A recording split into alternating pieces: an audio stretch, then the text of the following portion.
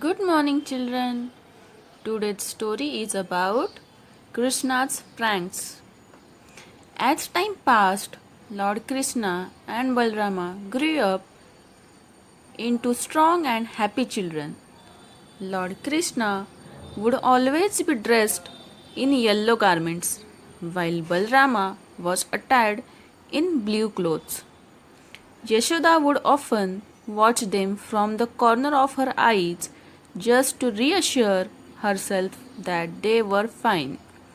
One day, a gopi came to complain to Yashoda. Kanhaiya is very naughty, said the unhappy gopi. Lord Krishna was well loved by all, and he was affectionately called Kanhaiya by the gopis. What did my Krishna do? Asked Yashoda. The gopi complained, when I went to milk the cow in the morning, I saw that someone had untied the calf. The little calf had reached the cow and drunk all the milk. As I looked around to catch the culprit who untied it, I saw your son smiling mischievously at me, said the gopi. Yashoda understood how clever and compassionate her son was. Good morning, everyone. Wish you happy and safe Deepavali. One day, an irate gopi entered Lord Krishna's home. Mother Yashoda, your child Krishna is a thief, she thundered. Why do you call him a thief? Asked Yashoda. No sooner were the words out of her mouth than the gopi started complaining bitterly. I tied a pot of curd from the ceiling so that no one might eat it. Krishna came into the house and broke the pot with a stone. He ate the curd and even gave some to his naughty friends, said the dismayed gopi. Do not despair, O gopi. I will keep a close watch over my son and keep him from stealing your curd, promised Yashoda. With a great difficulty and many pleas, she was finally able to reassure the gopi. She continued to marvel at how clever her son was.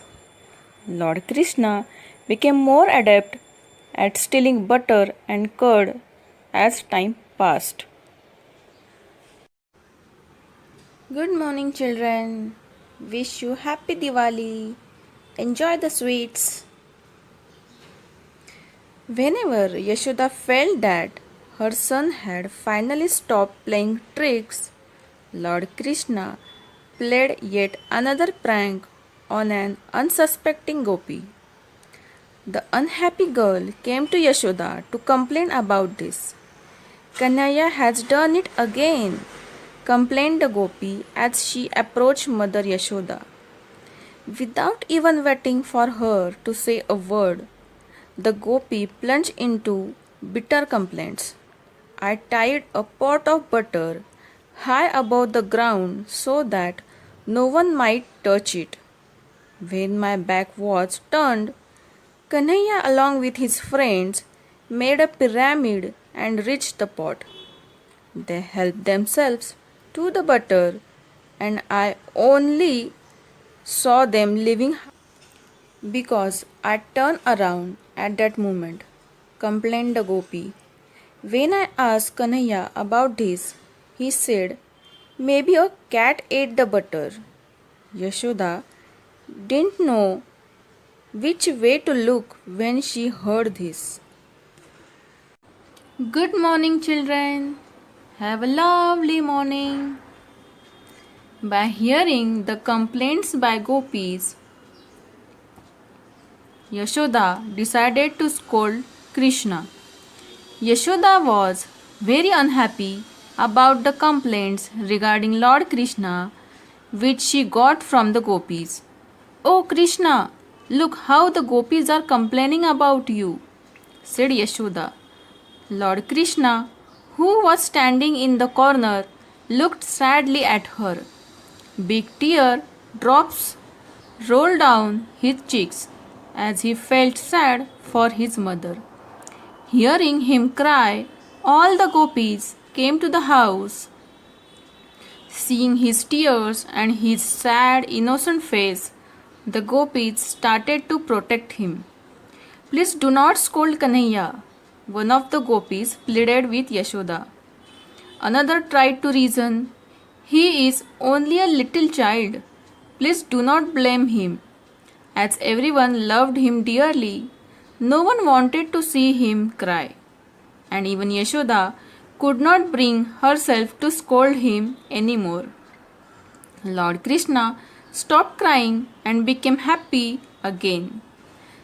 The deep affection that the gopis felt for him grew stronger as time was passed. Good morning, children. Today's story is The Fruit Seller's Call. One afternoon, the sun was shining brightly in the sky, and all of Vrindavan was at peace. Lord Krishna was happily playing by himself at home. He was alone in the house as the others were resting in the hot afternoon. Suddenly, Lord Krishna heard a woman's voice calling out, "Have some fruits, have some big and juicy fruits. Buy my fruits to quench your thirst on a hot summer day." Lord Krishna thought, "This sounds nice. I could eat some juicy and tasty fruit to ease my thirst." He came out of the house and went towards the woman. "Lady, what are you selling these fruits for?" asked Lord Krishna. "If you could give me something in return, I could let you have them," said the fruit seller. Lord Krishna decided to get some grains from the house to buy the fruits. Hello kids, today's story is Lord Krishna pays the fruit seller. Lord Krishna ran into his house and looked for some grain. His tiny fist could only hold a few grains. Some of these fell out even as Lord Krishna ran towards the fruit seller. "Can you give me fruits in return for these grains?" called out Lord Krishna. When he held out the grains to her, she felt deep love for his innocence. So in return for just a few grains, she gave him many fruits even though she was very poor. What a sweet and innocent child! I do not regret giving him so many fruits for just a few grains, even though I cannot afford to, thought the fruit seller as she walked home. When she reached home, she opened the bag containing the grains Lord Krishna had given her. To the fruit seller's surprise, all the grains had turned into valuable gems. They shone with a beautiful sheen unlike any other jewel found on the earth. Hello kids. Today you will listen the story of Kaliya, the Serpent King. Along the mighty river Yamuna, there lived a huge snake called Kaliya. He was the king of serpents and so strong that he had destroyed the trees along the river bank. Due to his presence in the water had become poisonous. He had devastated all life forms in and around the river. In fact, if a bird flew across the river and the poisonous water would splash on it, the bird would burn. The troubled people of Vrindavan complained to Lord Krishna, "Because of him, no one can drink the water of the river. He can kill anything which comes in his way." Lord Krishna thought, This evil snake will destroy more lives. I must stop it. Krishna, what are you thinking? Asked Balrama curiously. Brother, this is the same snake that fled from Garuda and found a home here. We must kill him. So Lord Krishna left for the river banks to punish the snake. Soon Lord Krishna reached the banks of river Yamuna. He climbed up the Kadamba tree and jumped into the water. Just as he dived into the water, the poisonous water splashed on the tree and burnt it. As Lord Krishna was an incarnation of Lord Vishnu, his blue body was undamaged by the venomous water. The black serpent was livid with anger that someone had dared to swim in his waters. Who is so foolish as to step into my water? Do you not know that you will burn with the poison that I spread in the river? My anger and rage will consume you with the evil fire, and you will not live to regret this. Thundered the snake. Since he was the king of serpents, his loyal snakes and their wives were alerted to see the enraged king. Kalia re-added himself to kill Lord Krishna. All the snakes, along with Kalia, tried to poison Lord Krishna whenever he swam. The snakes surrounded him and tried to bite him. Their red eyes shone with anger, and they hissed with malice as they circled him. However, Lord Krishna was an incarnation of Lord Vishnu, and so the snakes could not overcome him. Kalia encircled his tail around Krishna and dived to the bottom of the river. Meanwhile, Balrama and his friends ran to Vrindavan, where they told everyone what was happening. Nanda, Yashoda, and Balrama, along with the other people, ran to the banks of the Yamuna. Where is my Krishna? Wailed Yashoda in fear and pain. Then they all saw a vision that left them shocked. Lord Krishna grew larger and larger in size. The radiant light from Lord Krishna's body blinded the snakes. Lord Krishna attacked the mighty Serpent King. He brought Kalia's hood down and climbed on it. Krishna, my son, please be careful, cried out an anguished Yashoda. Thus began the dance of Lord Krishna on the hood of the king of serpents, Kalia. Kalia was squeezed under the weight of Lord Krishna and was almost out of breath. As the incarnation of Lord Vishnu himself danced on the hood of the mighty serpent, all the other snakes watched in fear. Many of them vanished deep beneath the surface of the waters so that they might escape the wrath of Lord Krishna. When Kaliya's many wives realized that their husband was about to meet with his destruction, they started to cry. Kalia was squeezed under the weight of Lord Krishna and was almost out of breath. They started praying to Lord Krishna to forgive Kalia and spare his life. As Lord Krishna danced on Kalia's mighty hood, Kalia felt immense pain. He trembled with terror to realize that he was about to meet with his end. If I do not beg for mercy now, I will surely die, thought the king of the serpents. The mighty serpent also understood that the young boy dancing on his hood could not be an ordinary mortal.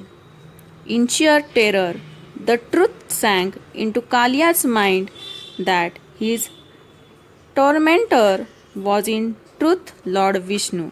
So he begged, "Have a mercy on me. I regret my mistake."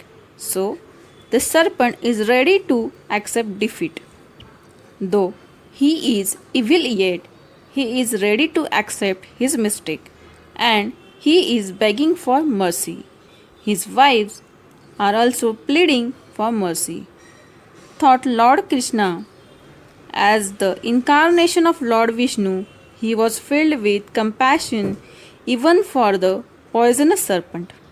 He decided to show mercy to the snake. Hello kids. Today you will listen the story of Kaliya and Dhenuka. The king of the serpents bowed down to Lord Krishna. "Kaliya, I have decided to spare your life," Lord Krishna said. Kaliya and his wives started to thank Lord Krishna. "Do not thank me, for it is my nature to spare the lives of those who truly repent for their evil ways. As you have accepted defeat at my hands, I must spare your life. My lord, you have defeated even me, the mighty Kaliya. You are feared by the demon King Kansa as well," said the frightened snake. "You will know me by my mercy and compassion, but there is a price for your release. Are you willing to pay it?" asked Lord Krishna, knowing that he had no choice but to accept the condition. Kaliya said, "Yes, my lord. I will accept any condition that you place before me so that I may secure my release." Lord Krishna decided to rid river Yamuna of Kaliya. "Kaliya, you must leave the waters of Yamuna river forever. You cannot remain here and poison these waters. The passers-by, birds as well as trees are suffering the ill effects of the venom you spread in the water," said Lord Krishna. Hearing this, the mighty Kaliya started to weep. "This is my home, O Lord. If I go back to the mighty ocean, Garuda will not spare me, my wives, or even my fellow snakes." Kaliya cried out in his misery. Lord Krishna sensed that Kaliya's misery was indeed deep. He said, "Do not fear, Kaliya. The mark of my feet on your hood will protect you from the wrath of Garuda when you reach the mighty ocean." Hearing this, Kaliya was relieved. He understood that true power is full of compassion and love. Kaliya realized that the divine forces had blessed him through his encounter with Lord Krishna.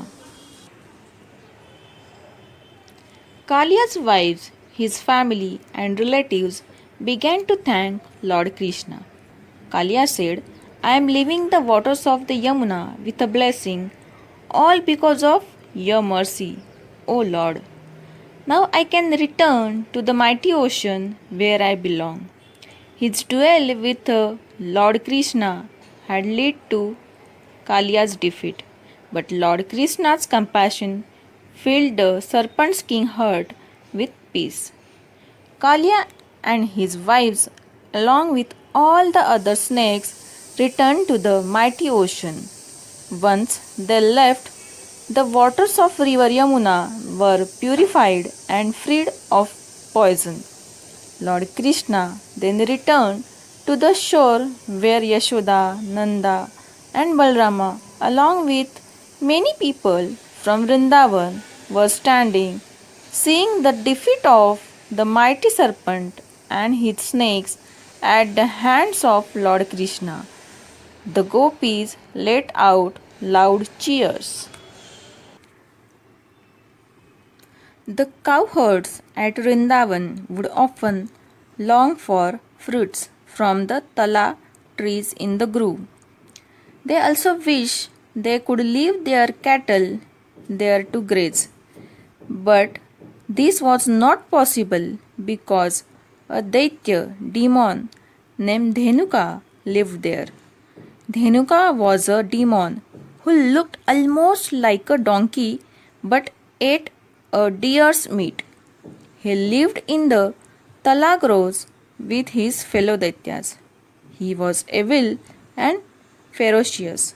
One day, the cowherds requested Krishna and Balrama to get fruit from the Talagro. Do not worry, my fellow cowherds. Krishna and I will soon get the fruits, said Balrama. Be careful, Balrama. The evil demon Dhenuka, who lives there with his fellow Daityas, kicks anyone who enters the Talagro, warned the cowherds. Lord Krishna merely smiled at this, for he knew that the reason he was entering the grove was that Dhenukasura was about to die. Balarama and Lord Krishna entered the Talagro. I appeared deserted. Both of them picked fruits from the trees. Suddenly, one of the fruits fell to the ground with a loud thud. The sound of the falling fruit broke the uneasy silence in the grove.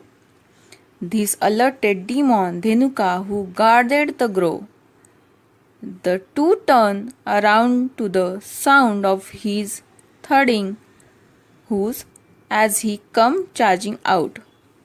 The ugly body of Dhenukasura was a hideous sight to behold. More terrifying was the angry hatred in his eyes as he charged towards Lord Krishna and Balarama. How dare you enter my grove, you foolish boys! I will destroy you, shouted the angry demon. As Dhenukasura ran towards them, Lord Krishna merely smiled as he stood fearless. Dhenukasura reached Balarama first and tried to kick him. Balarama lifted him up in his hands. He then hurled the demon against the rocks and destroyed him. Hello kids! Today you will listen the story of Dhenukasura, Pralambasura and the Govardhan Hill. As a demon Dhenuka, who claimed the Talagro, remained motionless on the ground after Balarama had attacked him. The other Daityas roared in anger. This mere boy has killed our beloved Dhenukasura, cried one of the Daityas. Let us teach both the boys a lesson. Saying this, all the donkey-shaped demons charged towards the two boys. As they were coming towards the two, Lord Krishna and Balarama smiled at each other. Do you wish to meet with the same end as Dhenukasura? Called out Lord Krishna. The Daityas become even more incensed at this. We are not afraid of you, whoever you are. Our combined evil might will defeat you, roared one of the bigger Daityas. But none of the Daityas survived the attack as Lord Krishna and Balarama finished them off one by one. Finally, the Talagro was safe. Once again thanks to Lord Krishna and Balarama. Meanwhile, one of Kansa's friends, an evil demon, Pralamba, soon located Lord Krishna and Balarama. He disguised himself as a villager and went to Vrindavan to destroy the two brothers. He joined the other cowherds and played a wrestling match with Balrama. The rule of the game was that the loser had to carry the winner on his shoulders. Pralambasura lost the game to Balrama purposely. He picked Balrama up and started running away from Lord Krishna and the others. His body changed back into a monstrous form as he carried Balrama away. Krishna, this demon is carrying me away. What shall I do? Cried Balrama. Lord Krishna said, Brother, you are powerful enough to defeat him.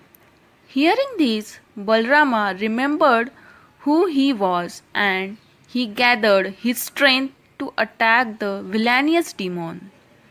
Pralambasura's red eyes shone with malice as he tightened up his grip on Balrama. Balrama struck the evil demon Pralamba on the head with all his might. Balrama was also an incarnation of Lord Vishnu, just like Lord Krishna. So, Balrama had divine strength in his veins, and when he struck the blow on Pralambasura's head, it was like the impact of 1,000 punches. Facing such a powerful blow, the demon reeled under shock. The force of the blow was so strong that the demon fell senseless on the ground. In one mighty stroke, Balrama had killed the demon. Lord Krishna said, You are just as strong as I, brother. Never fear evil again. Balrama realized his own strength and said, Krishna, the sight of that monstrous demon was horrific, but I heard your words and realized he was no match for me. The cowherds stared at the dead demon with astonishment. They praised Balrama for relieving them from the evil. The villages of Gokul and Vrindavan had an age-old custom. Every year, all the people offered grand prayers to Lord Indra, the god of rains, to provide the much-needed rain. That year again, everyone in the village was busy preparing for the event. Amused by this, Lord Krishna wanted to know what was happening. He tried to find out from Mother Yashoda, but she was too busy. She said, Krishna, go and ask your father. Do not disturb me with your questions. There is a lot of work to be done. So Lord Krishna went to his father, who was busy in discussion with the village elders. Very slowly, he approached Nanda and said, Father, you all seem to be busy in the preparation of something. No one is ready to tell me anything. Will you please tell me what is happening? Nanda smiled at him. Nanda explained to Lord Krishna very calmly. He said, We are getting ready to offer a prayer service to Lord Indra, the Lord of Rains. Our wealth is cattle, and for their food we require fresh grass which grows on the hills, only because of rain. So, for timely rains we offer prayers to Lord Indra. Pleased by our prayers, he will bless us with seasonal rains. Not satisfied with the reasons put up by his father, Krishna said, Father, what has Lord Indra to do with rains? Rains are a natural event, and why should Lord Indra meddle with it? We are simple wandering folks who live in this forest and on the slope of these hills. This Govardhan hill nourishes our cows with green grass. So, is it not proper that we worship the Govardhan, the holy men and cows?